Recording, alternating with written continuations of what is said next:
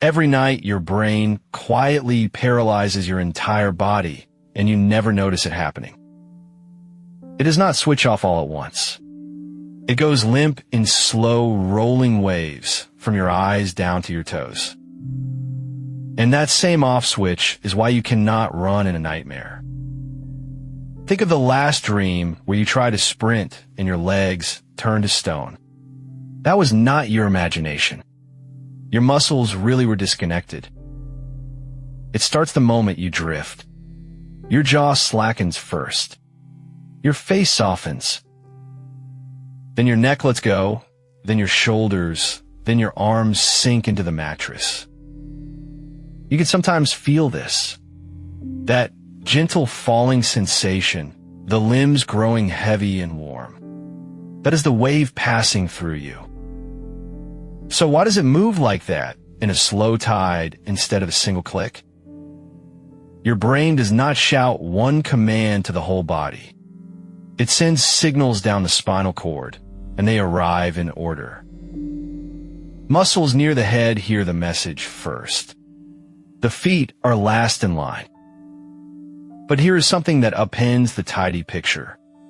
On the way down, your body sometimes jolts. You have felt it. That sudden kick just as you were dropping off, the jerk that snaps you awake.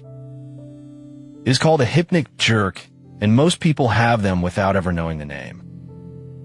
One theory says your muscles are relaxing so fast that your brain misreads it as falling. So it fires a burst of panic, tenses the legs, tries to catch you from a fall that is not real.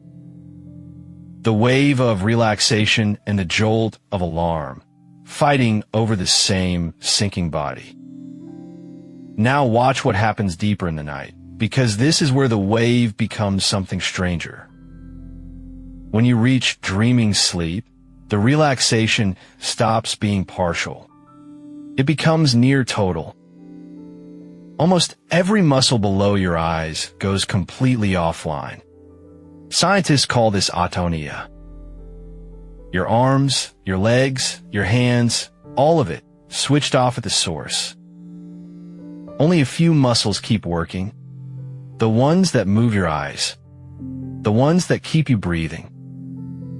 Compare the two states, and the gap is enormous. Awake, a signal to run reaches your legs in a fraction of a second. In dreaming sleep, that same signal hits a locked door. The command leaves your brain and simply goes nowhere. This is the real answer to the nightmare. You dream of running because your brain is genuinely sending the run command. But the wave has already cut the wire. Your legs never receive it. So you strain against nothing, moving through mud, while your body lies perfectly still and safe. Here is the core of it. A tiny cluster of cells deep in your brainstem acts as a master switch. During dreams, it floods your motor neurons with signals that say stop, not rest. Stop entirely. Why would your body build such an aggressive shutdown? One idea is protection. Without it, you would physically act out every dream. You would kick, run, and swing at things that are not in the room. We know this because in rare cases the switch fails. People punch walls and leap from beds while sound asleep. That disorder proves the paralysis is doing exactly what it should. The stillness is the safety net. Most people get one thing backwards about all this. They think sleep paralysis is a malfunction, something gone wrong. It is the opposite.